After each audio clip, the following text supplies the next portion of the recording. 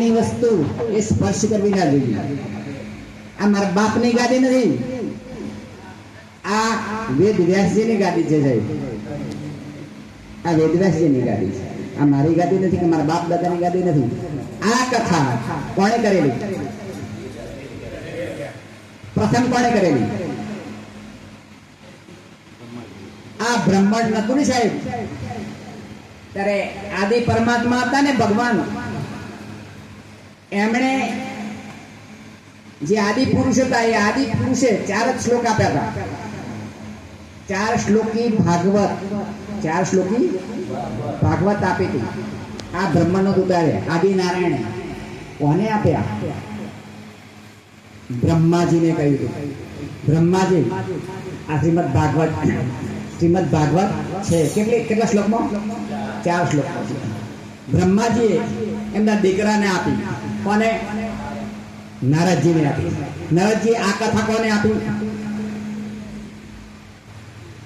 તમે હાવ ભૂલી જાઓ. કથા લોબી કરું.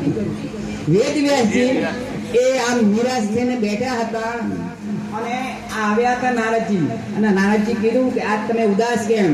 18 પુરાણો તમે રચી નાખ્યા તો સતત તમે નિરાશ કેમ? તમે એવો પ્રેમનો ગ્રંથ રચો, એવો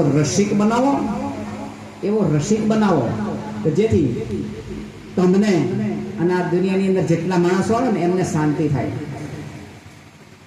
કોણે કહ્યું ભાઈ? કોણે કહ્યું? નારદજીએ કહ્યું. કોને કહ્યું? વેદવ્યાસને કહ્યું. વેદવ્યાસે શું કર્યું? 4 શ્લોકની અંદરથી વેદવ્યાસે શું કર્યું? 18,000 શ્લોકો બનાવ્યા. કેટલા બનાવ્યા? 18,000 શ્લોકો બનાવ્યા. કેટલા અધ્યાય બનાવ્યા? 335 અધ્યાય બનાવ્યા. કેટલા અધ્યાય છે?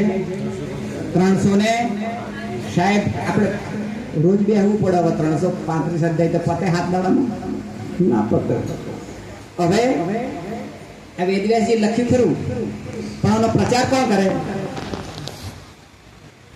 પ્રચાર કોણ કરે? ભગવાનને આરાધના કરી. એમણે ભગવાન શંકર પ્રગટ થયા.